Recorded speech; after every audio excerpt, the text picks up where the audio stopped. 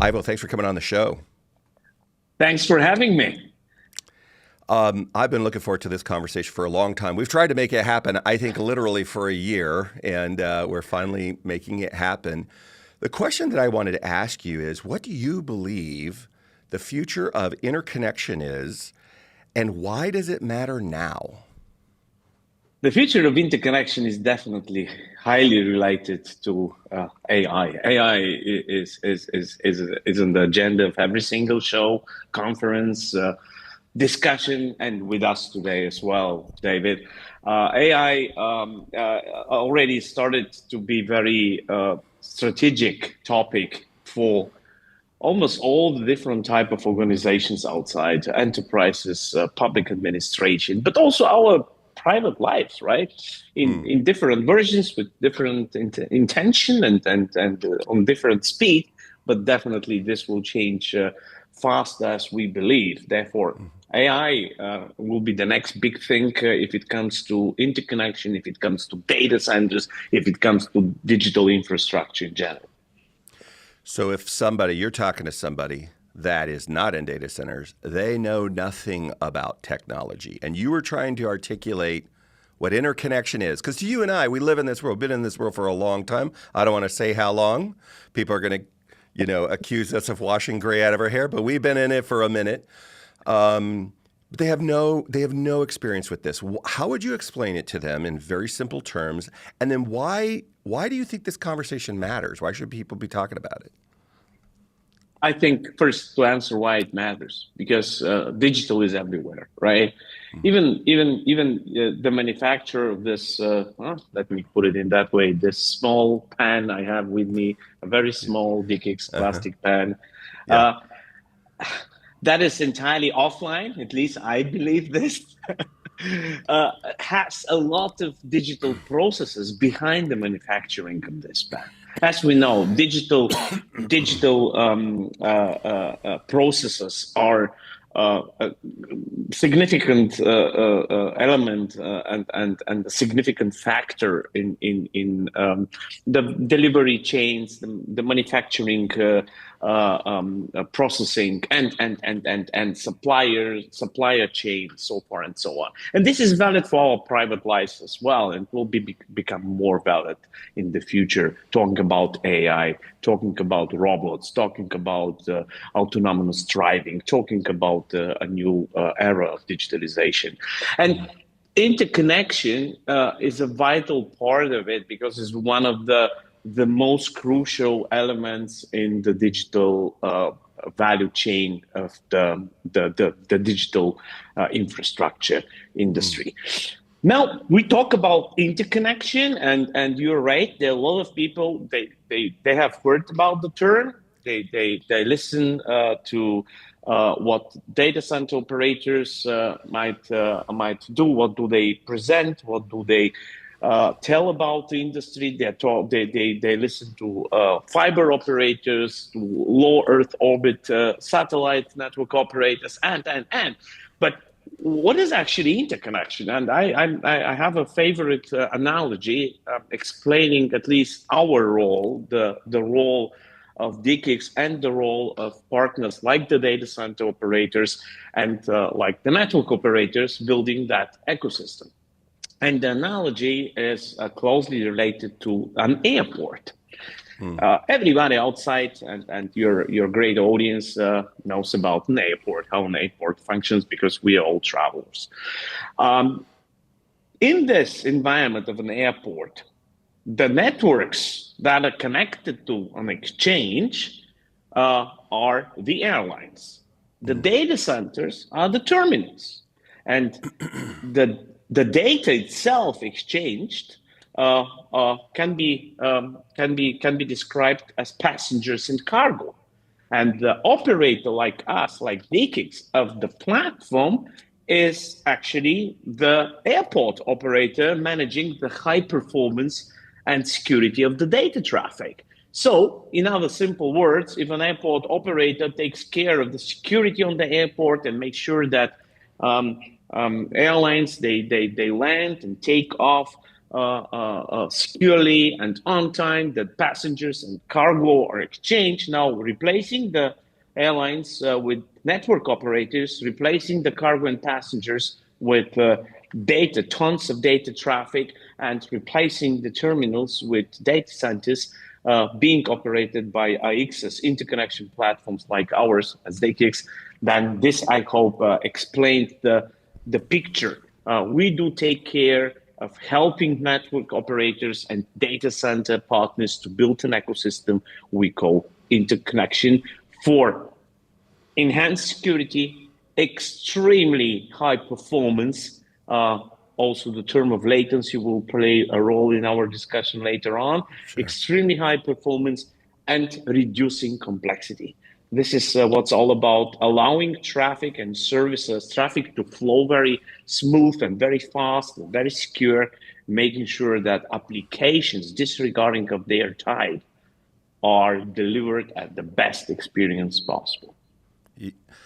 I love the analogy and I love the description, especially, well, here's what it reminds me of. You know, when you talk about the airport, one of the very few things that gets me more anxious, at least in my business life, is, hey, you know what?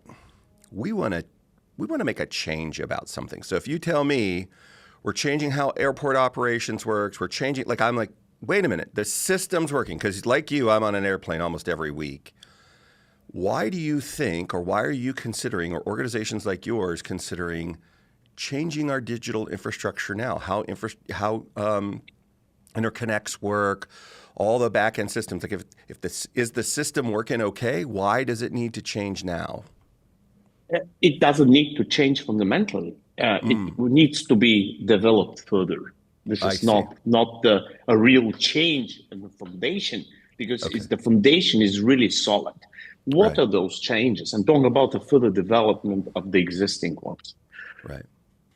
What should I say? I say we need a new internet, but new internet doesn't mean to redefine everything. It needs to be developed further. Why a new internet? Because of a lot of applications we already see outside that are extremely latency sensitive. Enhanced or increased importance, further increased importance, security of data sovereignty. So these are terms and elements that will require so-called further development of a digital infrastructure, and I call the new internet. What does this mean, actually? First, on the level of geography, we need more distribution of digital infrastructure. Literally everywhere. The big hubs in the US, digital hubs, like New York, Miami, we do have LA, of course, we do have Seattle, Bay Area, Dallas, Chicago. They cannot do the trick for the rest of the country anymore if it comes to high-speed applications. They will require the fastest speed possible of traffic flow, or what we call latency. Just to put this in perspective, as the industry knows, and some people outside, they do not know about latency. What does latency mean? Latency is obviously a description of the speed of light for traffic flows, and is measured in milliseconds. To put this in perspective, David, do you know how fast does an eye blink take on a normal day without hangover and when we feel healthy? How many milliseconds does an eye blink take? I would guess 2. 100 milliseconds is an eye blink. Oh, wow. Yeah, my reaction was similar when I have been told about, by the way, to be very honest. Now, a standard application, I call, let's call video streaming, but video streaming not in high def resolution, or even not in ultra high def. Right. That requires a latency of around 50 milliseconds. Now, the half of the eye blink speed.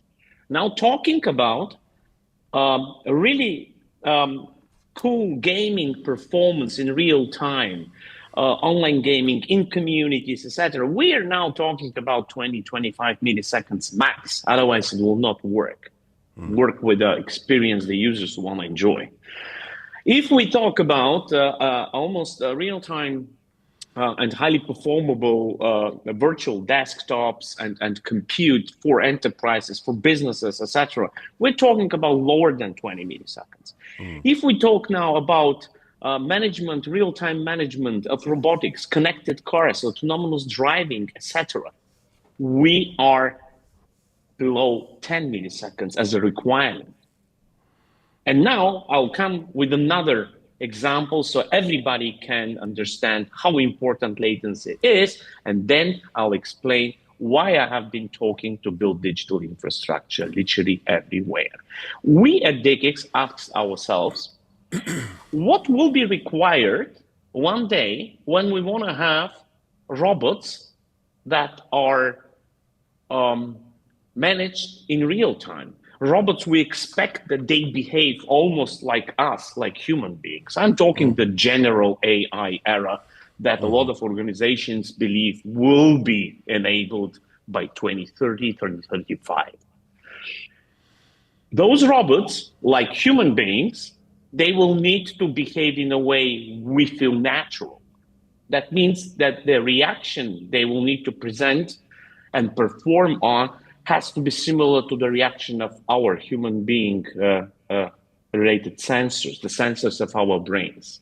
And we asked ourselves how we can translate the functionality of our brain to milliseconds, and asked experts, very knowledgeable people about neurons and transmission in our brains, and learned the following.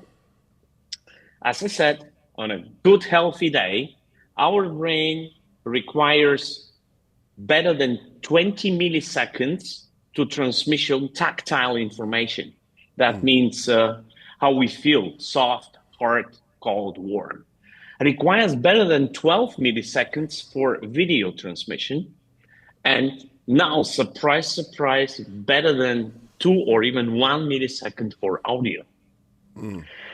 Keeping this in mind, we will be required as digital infrastructure industry stakeholders to deliver the lowest, to match the lowest requirement. That's the 2 to 1 milliseconds requirement to have the full spectrum of natural human being behavior of the robots. Now, as we know, millisecond speed of light, let's translate this to distance. And this is where I wanted to arrive. Okay. 1 millisecond means 50 miles. 2 milliseconds, 100 miles. 100 miles or 50 miles between the application, between the agent that controls the robot or the car, and the robot and the car itself.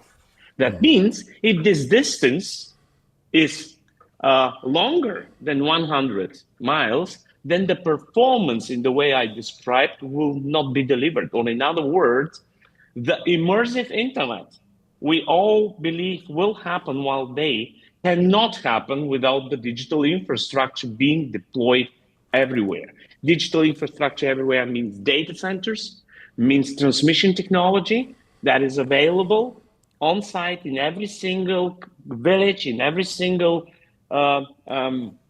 business park across the country, and in every single disregarding the size of the city.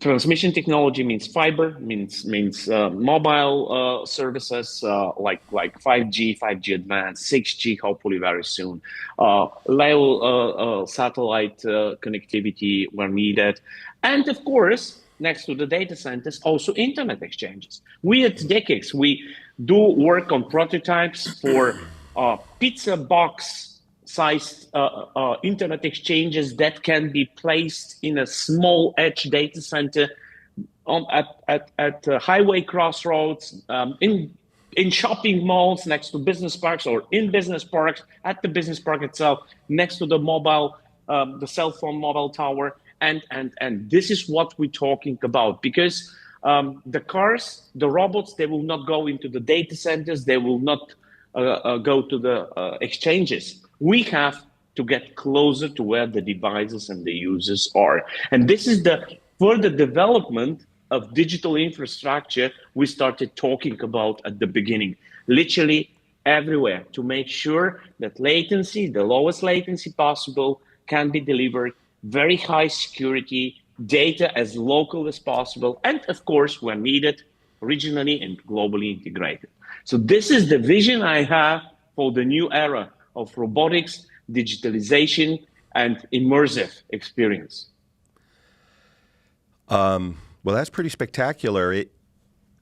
As you're describing that, in a weird way, it reminds me of liquid cooling. And let me just tell you what I mean. For the longest time in data centers, we've been trying to work complexity out of data centers. And forever, we were air cooled. It's pretty simple technology. And we were working towards how do I remove UPS and the need for generators more and more out of data centers? Well, then high density comes along. And now not only are we adding UPS to mechanical infrastructure, which we never did before, it's not air cooling in most cases, it's liquid cooling, which brings all kinds of complications because of density. You've got to push these very hot things together. You've got to have InfiniBand or whatever comes after InfiniBand. You've got a lot of weight. You've got great power. Like, in other words, all this complexity is coming in where we were trying to engineer complexity out. As you're describing what you're describing, it reminds me of that. There's not only do we need more connectivity, more interconnects at the latency that you're describing, but we've got to manage what we've got. We've got to upgrade in some cases what we've got, and then we've got to extend. So how do you imagine tackling this level of complexity? By design of our platforms, actually the mission of exchanges or interconnection platforms as DKX operates always have been dedicated to reducing complexity because it's an aggregation of traffic that reduces complexity. It allows different number of networks up to thousands. We have exchanges with 1,000+ networks connected to one platform from different data centers. Like Frankfurt, there are 1,100 networks. In New York, we have almost 300 networks connected to our distributed platform across different data centers, including QTS as part of this ecosystem, of course, in your operations, and many others. So reducing complexity means with one connection, a network can interconnect with hundreds of others, disregarding in what data center they have their physical presence in. So this reduces already complexity. Another reduction of complexity, I want to explain using two examples. The one example is the so-called closed user group. DKX started running, especially for enterprises from automotive, finance, manufacturing, logistics. What does it mean? It's a private environment, interconnection environment. Let me use the example of an automotive company. Sure. We have actually, this is live. We have strong automotive companies, globally operating companies, great companies connected live as I speak to DKX exchanges around the globe, including, of course, the US market. And this network of the car company has a lot of interaction with many other networks of suppliers, data buyers and data suppliers, but also traditional supplier companies. And their requirement is to aggregate these interconnections, this connect to those networks in the best way possible to reduce that complexity, at the same time to enhance security, to make sure that compliance is properly managed, and enhance performance because it's a direct interconnect. And this is the so-called closed user group. Reducing complexity, enhancing security, performance, and implementing compliance. And another example I wanna really give you is related to our favorite buzzword of the day, AI. Recently, just one month back, DKX launched the first fully integrated AI exchange. AI interconnection platform available as we speak by design, also on our DGX platforms in the US, in Europe, in Asia, and South America, Africa as well. There are two phases. The first phase is completed. We have over 50 AI focused networks that are GPU service providers, cloud platforms, etc., connected already with 160 plus cloud on-ramps and proprietary multi-AI routing technology. We call it the multi-agent as a service inference routing. What does it mean? Different organizations, they have different needs if it comes to AI.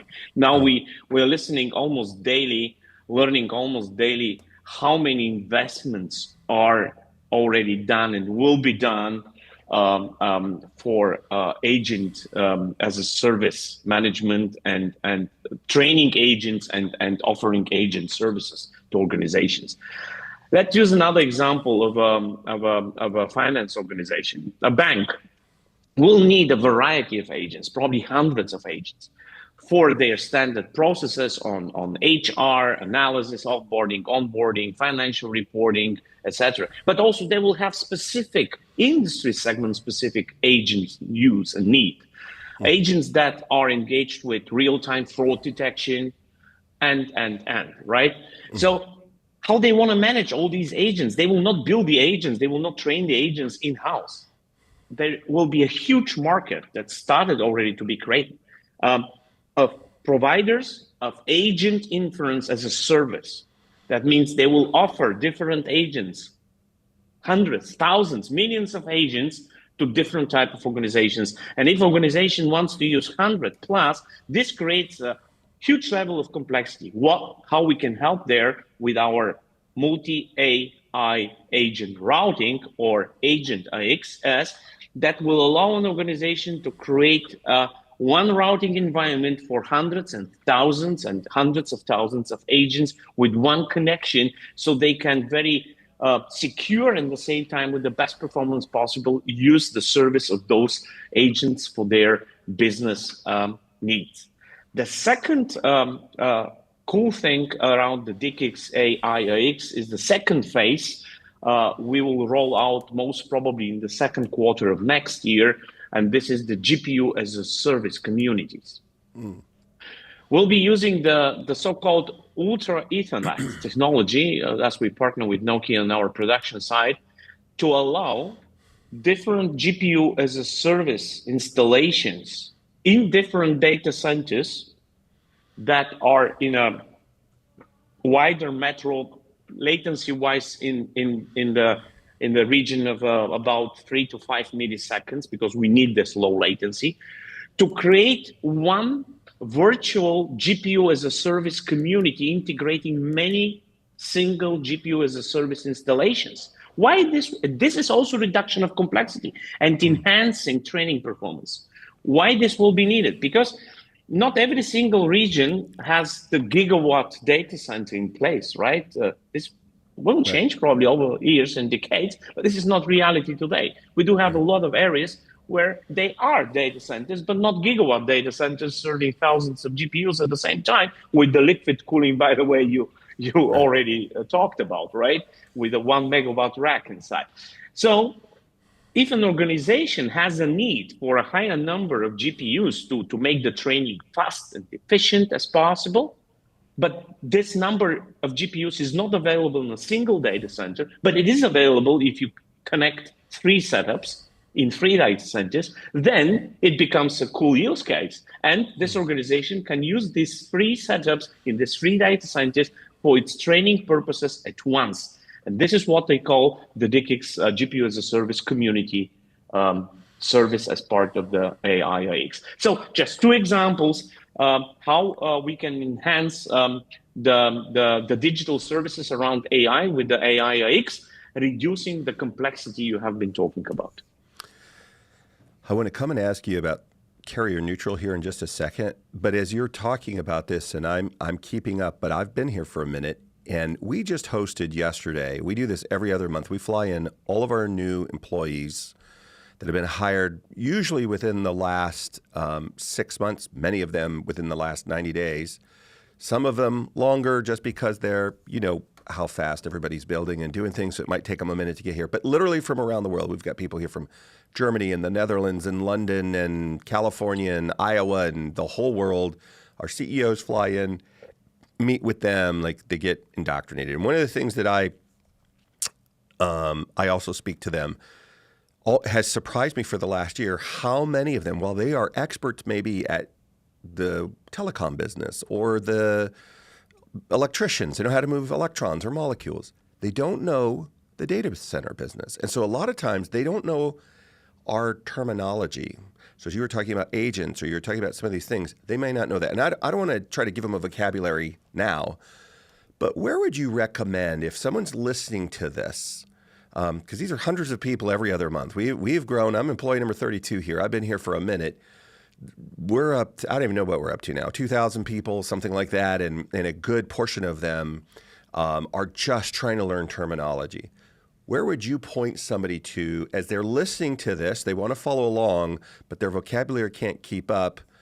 Do you guys host something? Is there an area you would direct them to kind of inform themselves? Yeah, we do. We as Decades, we do have a lot of content Okay. also available on our websites and different landing pages there under Decades, de-cx.net. That's Great. the Decades, let's say, library with a lot of different type of even videos and webinars, but also written explanations. Perfect. Another great source is something we have co-initiated, but with a lot of our partners. It's a very neutral and a great educational platform, especially for the interconnection. This is the Interconnection Academy, founded 2 years back, 2.5 already years back. There is a landing website and the address interconnection-academy.net. And this platform delivers exactly what you have been asking about. There are different modules. People just can subscribe and pass through. There are even assessment tests if people want to perform those. It's free of charge, and it's built block by block. So it starts with very simple content that explains the general terminology, the general terms, and how peering or interconnection is built, is delivered. What are the key who are the key stakeholders in our value chain, like data centers, fiber networks, etc., internet exchanges, and goes even deeper. Then becomes available also for experts and people who are more knowledgeable already. They also can learn a lot. So this will be these are the two things I want to recommend, especially the Interconnection Academy website is really designed for those who are probably not that familiar with the specifics of interconnection, and they can easily learn very fast a lot. Well, I'll make sure and connect with your team and make sure I get those links, and we'll include them in this episode. Where I want to come back to, you have long championed this idea of carrier neutral data centers. So as you're having this concept or this conversation and we're getting educated, how does this play into that? First of all, can you explain what you mean by carrier neutral? A lot of people don't know that. And two, how does this enhance it? Is it separate? How does the interconnection evolution that you're describing coexist with that? Yeah, that's a great question. And then the term of neutrality in our business became so important and crucial actually for growth and build a healthy ecosystem. This is very important. A carrier neutral data center means that different type of carriers they get access to, so there are no limitations. So what is the opposite example? One carrier operates its own data center and doesn't allow other carriers to join, to enter and serve customers. But it goes beyond this. It's also about now I'm entering the next level of neutrality, which is a data center neutral as well. This is there as well. What doesn't Okay. mean data center neutral in relation to our industry? This is very important for our platforms. DKIX is not only carrier neutral, as our data center partners are, but also data center neutral. That means that DKIX is highly distributed. I gave the example already of New York, like our setups, physical setups are present in more than 16, 17, let's call almost 20 different data centers across New Jersey, Manhattan, even Long Island is part of this. They're all interconnected, and this builds a great, healthy, distributed ecosystem foundation. Why is this important? Because this creates a huge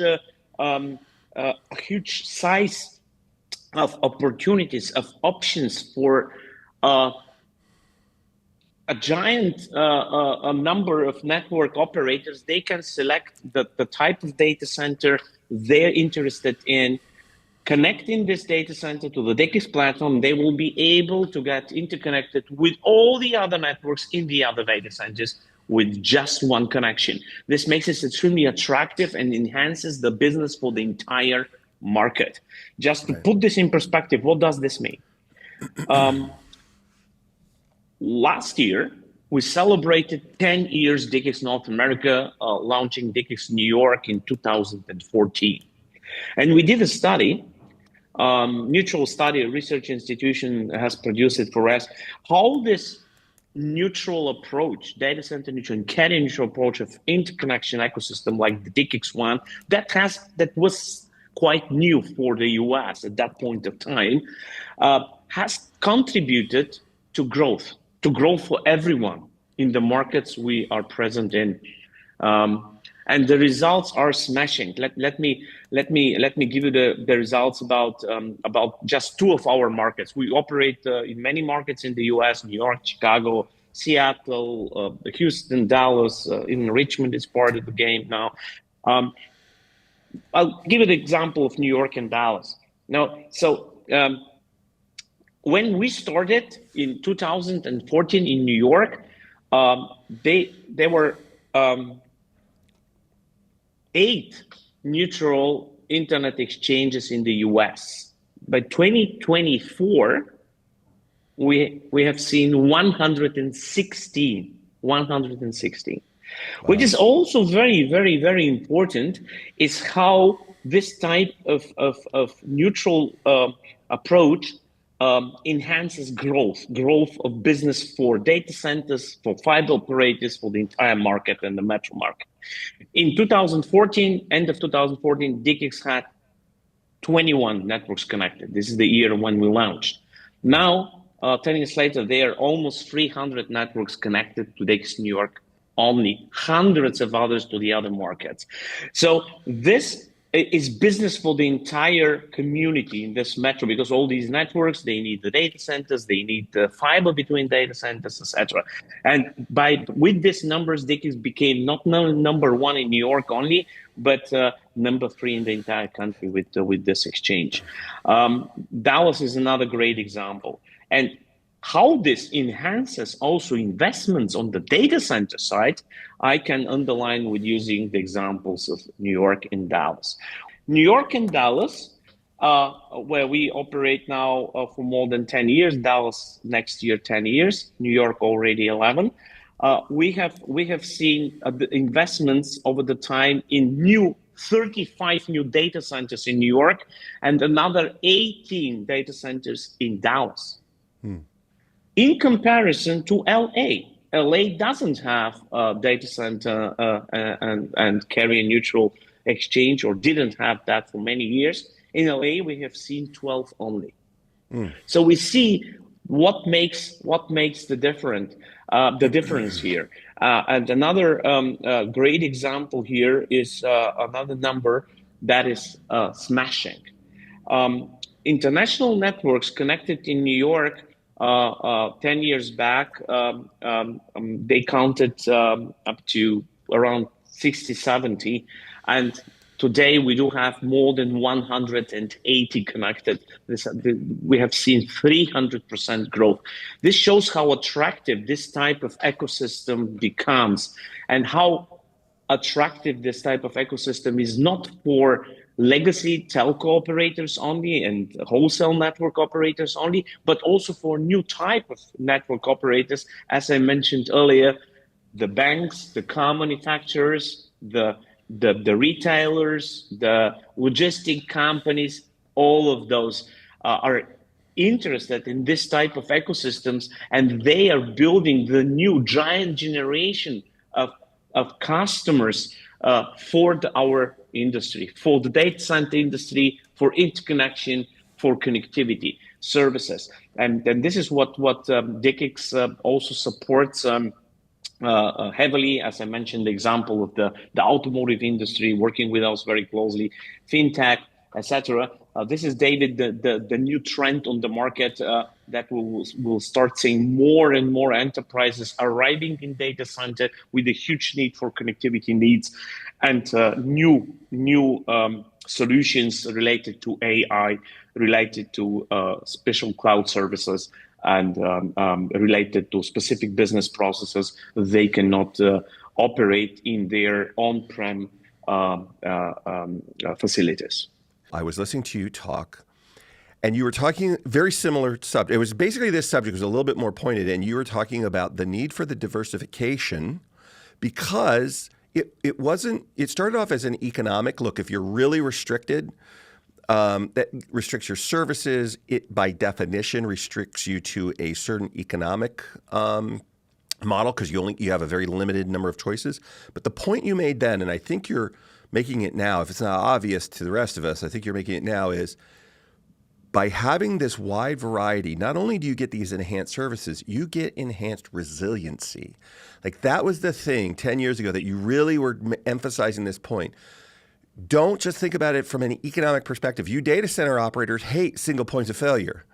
If you've just got one or at most two carriers, I don't care how diverse their paths are, there's something at that carrier hotel or two or these things that can cause, you need a diversification, of course, for multiple networks, give you multiple options for products and services that you may develop, et cetera. This is really coming into, it was at the height of the sort of the first wave of cloud. But I also want you to think of points of failure in your network, and you need to think about diversification like that, how you're interconnected between, this is the era of the availability zone in its initial deployment.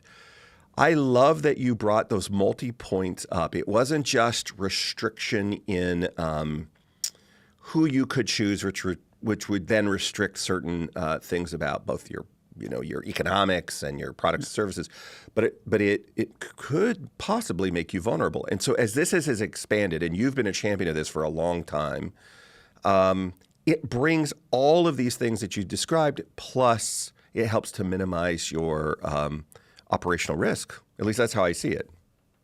No, absolutely. I can confirm this 100%, and I'll support this also with a couple of numbers here as well.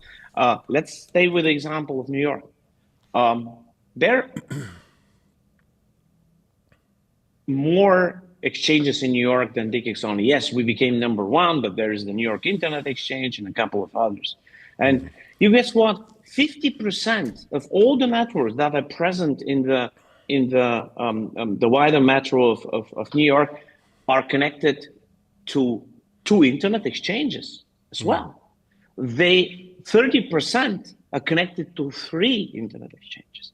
So this shows how high the need for resilience, for redundancy is. And given the logic of our setup, this logic stays for resilience by design, because allowing our presence in different data centers at the same time with geo-redundant links between and redundant setups itself increases dramatically the level of resilience and redundancy. And this, David, becomes more and more crucial, especially if we talk about new type of participants, as I mentioned, digital health service providers, financial industry, manufacturing. For them, outages are unacceptable That's for right.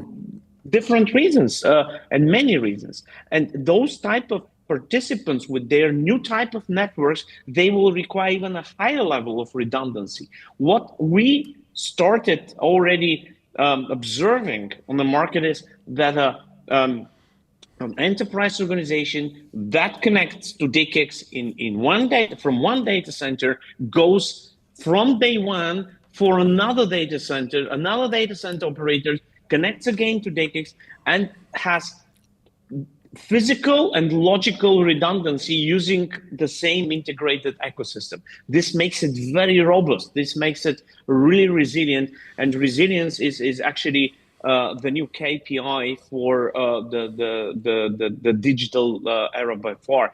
Because without resilience, there is a huge risk for the business of organization itself, for the reputation of the organization, for the quality promise of delivery to the customers, etc. It can literally ruin the entire business model if the infrastructure that supports the customer experience is not resilient enough. Yeah, I completely agree.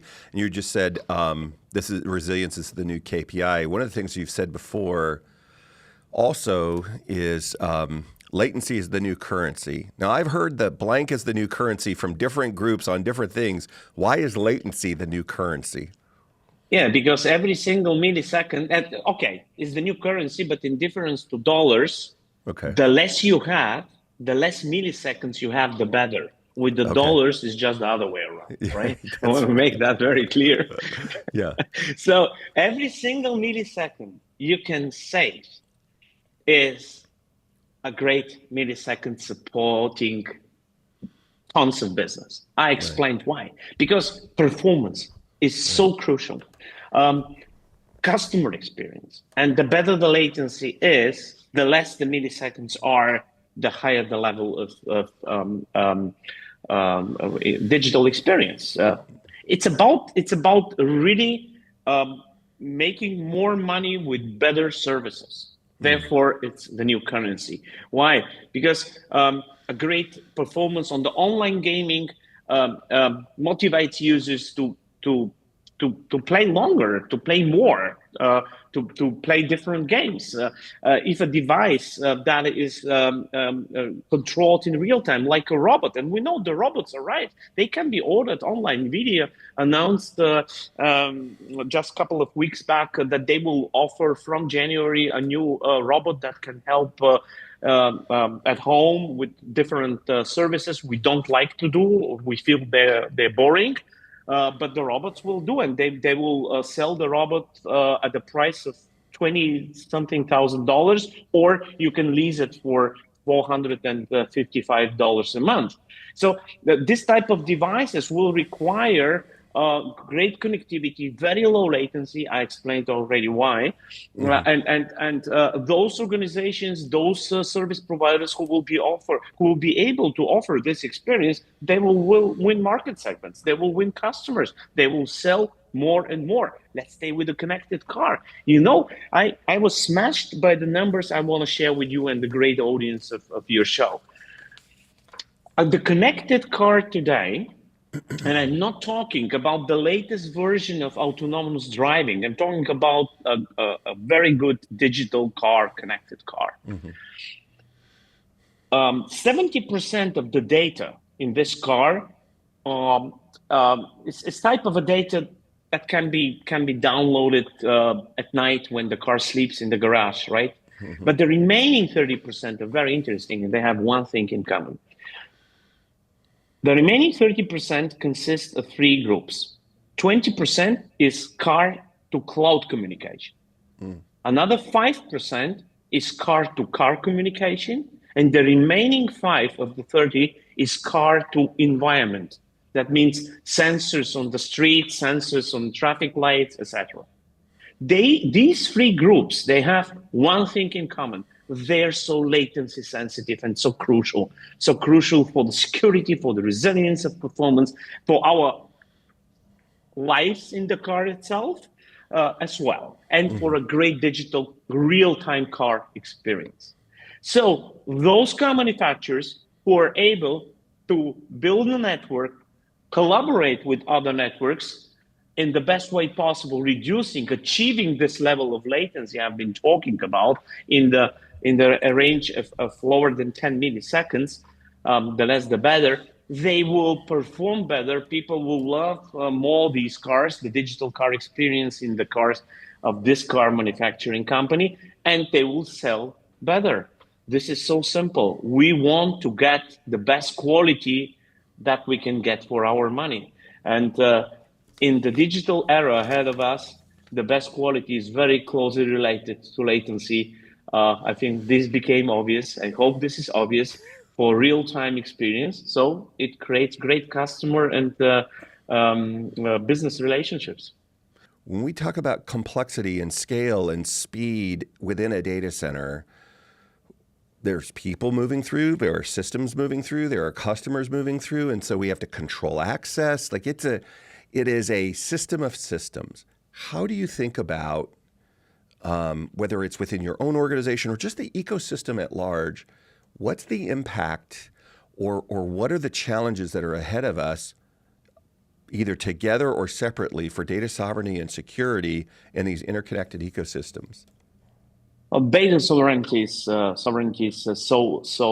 crucial nowadays, given the geopolitical situation with a lot of circumstances around the globe, and given the level of digitalization of all the areas of our personal and business lives. So that means the data itself becomes more and more sensitive. We're talking about data of public administration, as you mentioned, data of very personal data of us as users, healthcare related data, data related to finance, data that is data that can be very crucial for different businesses and critical for those businesses, and sovereignty is extremely important for actually the level of trust in organizations, the level of trust in businesses.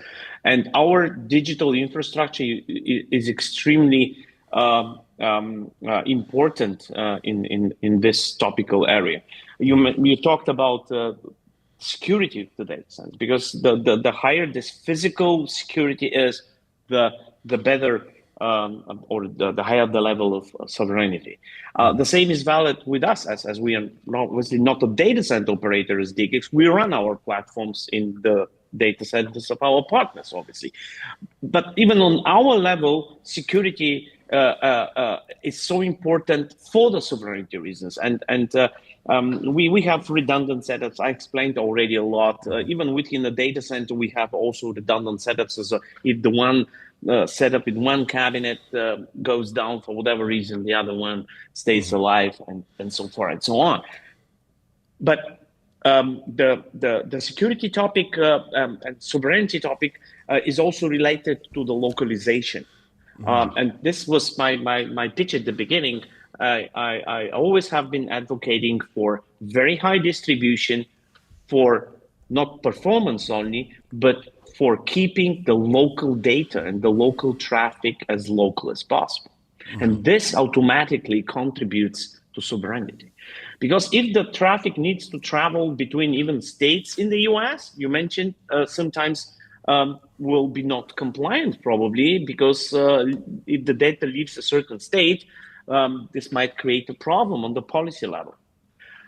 It becomes even more crucial if we're talking about data crossing borders with other countries, etc. Then it becomes even more, I would say, more critical to compliance and related to a lot of concerns.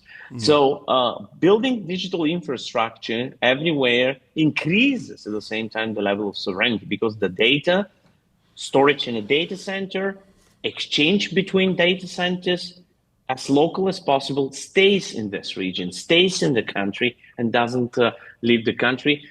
This increases not only the the controllability of the data for the organizations that want to control this, and the protection of privacy, but also is very crucial from the national security and national power of innovation point of view, because digital industry is nowadays already a backbone of economical prosperity, and will become even more important in the future. So talking about sovereign data flows as local as possible, we're also talking about the matter of national security and innovation power.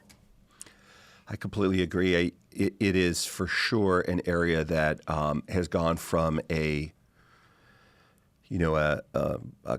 light conversation or a buzzword into a look. We've got to have energy sovereignty. We've got to have data sovereignty. This is our digital life, and even if we don't make our own cloud, but it's our data. It must live within our borders. We must have access and control over it. I think that's an area that's going to continue to get focused. But with that in mind, what do you think besides this conversation? What area of acceleration do you think in the next? I don't know. We used to say 5 to 10 years. That seems too long now. But 3 to 5 years. That whether you're an interconnect organization expert, you're a data center, you're related to this critical infrastructure world. What do you think we're still underestimating that's going to be accelerating that we really need to focus in on and make sure we don't? Those that are able to hear, you say, look, don't underestimate this area. This is an area of acceleration. What would you think it is?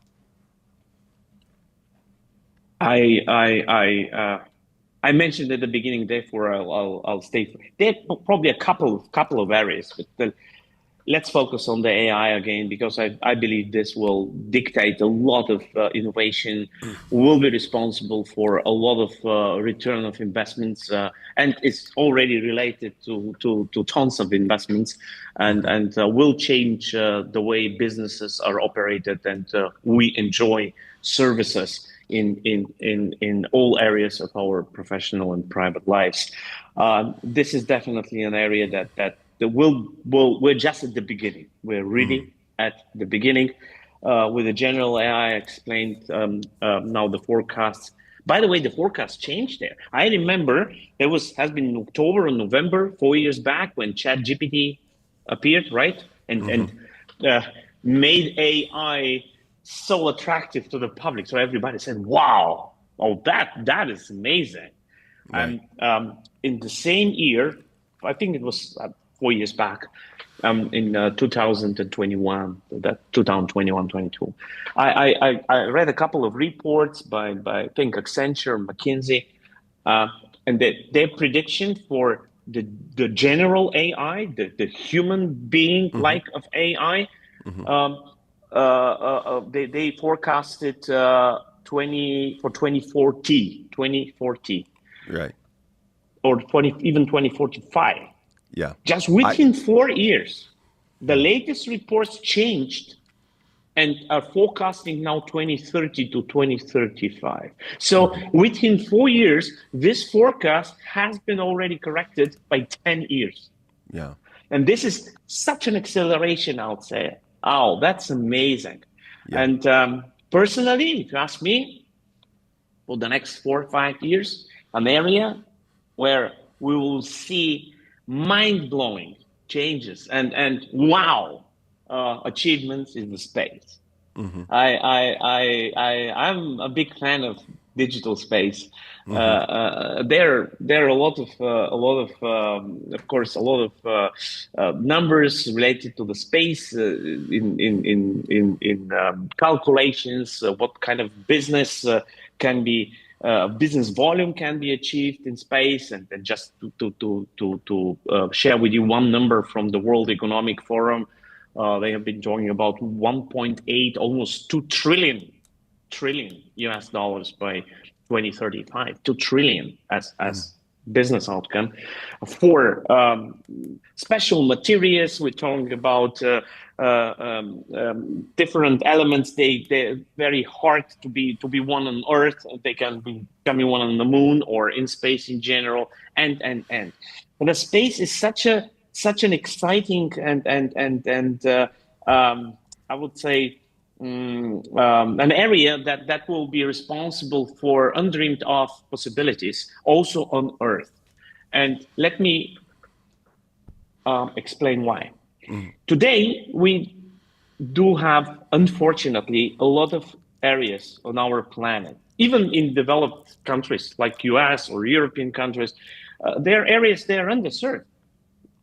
Talking about Africa, talking about South America, Asia, with countries like Indonesia, Philippines, with 17,000 islands, Africa, huge territory, Brazil, let's take Brazil with the Amazonas area. There are so many other examples. They are completely underserved. They probably do not have even a single service on the connectivity side.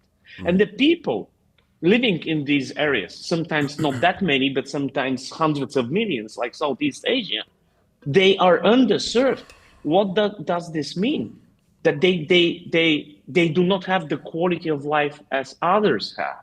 This is the digital divide. And the better the digital quality of services, the availability of services, the higher the level of quality of life. And the service from space will help to enable these regions with better connectivity services faster and improve the quality of life of millions and hundreds of millions of people. Why? Yeah, because it's so hard to dig the mountain across the mountain and lay down fiber. It's hard from the business point of view. It's hard even from the operational point of view. It's really not easy to build a mobile network using fiber in those regions. But if the connectivity comes from space, then it becomes so easy or much easier even to build the terrestrial mobile network with towers on the ground, served instead of with fiber as a backbone. They can be served from space with a very low latency, already in the range of lower than 20 milliseconds. Today, we already have in space 3 carriers, and more will come. Of course, Starlink, Kuiper from Amazon. We have Rivara is an Asian European investment. The European Union is focusing on projects like IRIS-2 for a similar type of low Earth orbit connectivity options. And there is first news out about also cache servers in space. So the picture we start seeing there, carriers and content. Wow, what is missing? Space AX is missing. And this, David, is my big dream for the next, let's say, 3, 4, 5 years to build the first internet exchange in space, allowing interconnection in space between content and LEO network operators in space for better services on Earth and one beautiful day on the moon and other planets. Most probably, this is an amazing future ahead of us. We, as DKIX, have created the Space IX program. We have created this already a couple of years back, and as of today, we already serve low Earth orbit operators, satellite operators, network operators on the ground, and many different DKIX markets they're connected to already. And my dream is to build the first internet exchange in space called DKIX Space IX. Of course, I would love to see the DKIX logo on this box up in space. And I am aware already that it will be the most expensive sticker we have ever produced. But there is a number of people that are working on the challenges of operating infrastructure in space, but they see the potential, to your point, of underserved parts of America, not just Southeast Asia and Africa, America, Europe, Scandinavia. It's very, very difficult through whatever the reason the elements are or whatever to do. And yet, if I can come from above down, it opens a whole world of possibility. And really, I think, and I've heard you talk about this as well, what we should be for, whatever our technical area of expertise, how do we help humans flourish? And if you can connect people to critical infrastructure, because our whole life is a digital life, or a significant portion, certainly of our economic life, is a digital life. And if you don't have access to it, unless you're already affluent, it's impossible to raise you or your tribe out of the circumstances that you're in. And so you need to be connected in some way to take advantage of that. Small business, big business, whatever. I've always enjoyed the both the practical and the visionary aspects that you bring to the conversations. Let me ask you this in our last few minutes that we have together. If you had an opportunity, there are a lot of data center operators that listen to this conversation. The executives in my organization, we're a larger data center operator. What is it? What was it? What's an area you think, like, what would you want to say to them? What would you want to make sure that they heard from your perspective and your area of expertise as we're accelerating through this era of AI and scale and speed, and we're all interconnected? Distribution of infrastructure, the data center side, especially the partnership with organizations like my organization for great services supporting AI connectivity, supporting cloud connectivity, supporting automation in general, as I explained already. In a very neutral and open way. I think this will be required by the nature of business and will be required the customers in the future, called banks, called global operating construction companies, you name them, the retailers, whatever it is, because they will require that distribution. They will require as local as possible, as globally integrated as possible, as needed. As local as possible and globally interconnected and integrated as needed. But there is one more last aspect, probably at my end. I think we all leaders in this industry and leading organizations in this industry, we need really to think about this is the education of talent. That is extremely important because we have to prepare our businesses for the next decade, for the next decades.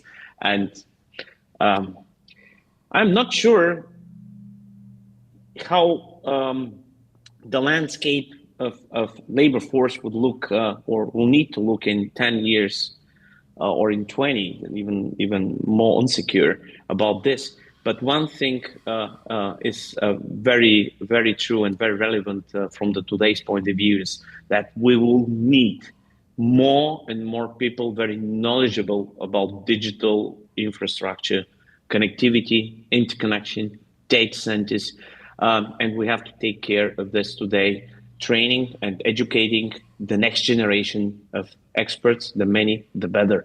Now you can ask me, well, this can be a job for the AI agents. I don't think so. There might be one day, but that day is not that close that we will see the next agent CEO or CFO, agent COO. Right.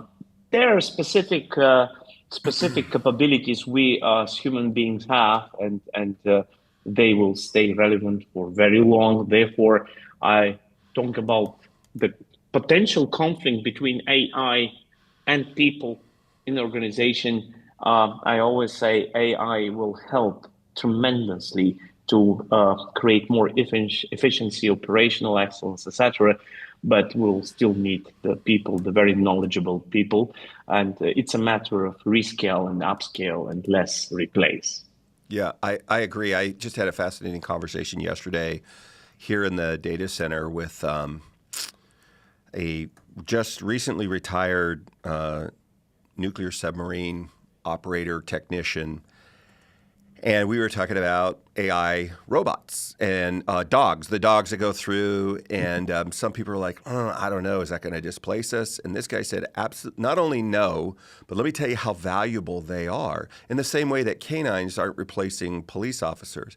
He said every 18 to 24 months on a nuclear submarine, that soldier technical shift changes. Some leave, new come in. And there are parts of the inspection.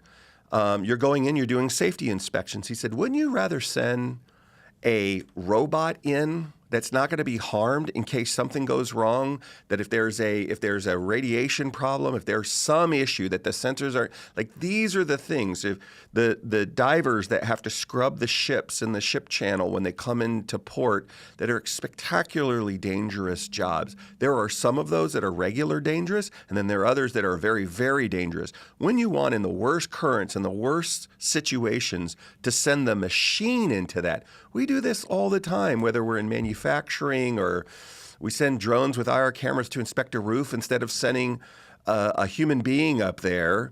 That's probably not going to walk as accurate a pattern in a 100 and something degree Fahrenheit summertime. Like, there are ways that we should leverage technology that doesn't displace people. And by the way, we're growing at such speed and scale that it is it's a challenge to keep up. So anyway, that was his perspective. I think that is going to be a perspective or an accurate perspective, at least for the foreseeable future. And so we still need the people. We need to find the people and find a way, whether it's the technologists themselves, they could be attorneys. Like, there's all of these things coming into our industry. I am cognizant of the time. Let me ask you this. So we've talked about a lot of topics. If the folks that have sat, they've listened to this last hour of conversation between us, what is it that you want people either to think about differently, or at least you hope they come away from this conversation after this last hour? What should they be thinking about? Thinking about that, those who are in our industry, the data center business and the interconnection connectivity business, they should leave this conversation as very happy people, because we're in one of the most exciting or the most exciting industries on planet that will help billions of people around the world to improve their quality of life. Yeah, I completely agree. Well, Ivo, we've talked about a lot. What haven't we talked about without starting a whole new podcast that we should cover? Or is this a good spot to wrap it up for the day? Thank you so much. It has been a great chat. I really enjoyed every single millisecond. I have as well, and there's been a lot of them, a lot more than I thought. So thank you so much for joining us. And hey, if you guys liked that conversation, hit the like button. And if you loved it, click the subscribe button. We'll have links to the various things that Ivo pointed out here, to their website and the different artifacts that he talked about. Thank you, everybody. We'll see you next time. Have a good one.